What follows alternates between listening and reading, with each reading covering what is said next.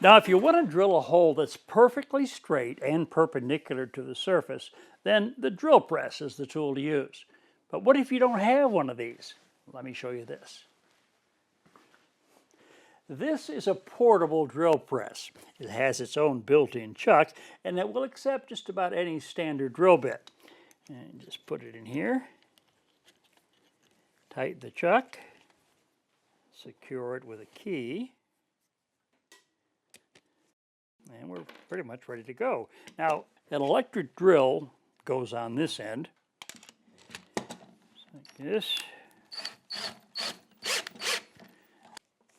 Now to use this, simply put the base on the workpiece, lower the drill, and bore a hole.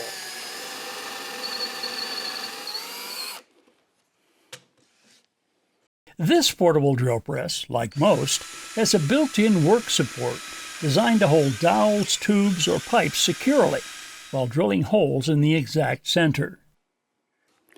Now the base on this portable drill press is a little small, and it can allow it to tip just a bit.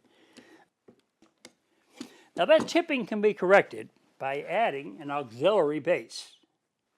I'll begin by drilling an 1 3/4 hole in the center of this piece of plywood. Then place the portable drill press on top of the plywood and secure it using the pre-drilled holes in the base. The auxiliary base is particularly helpful when it comes to drilling straight holes in a vertical surface.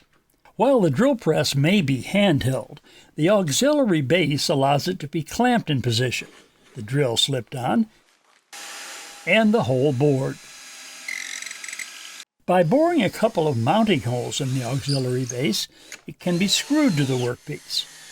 Either way, the drill is held securely in position while both hands remain free.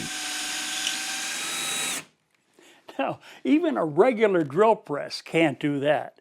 So if you're looking for a portable solution that can make perfectly straight holes just about anywhere, well, this could be your tool.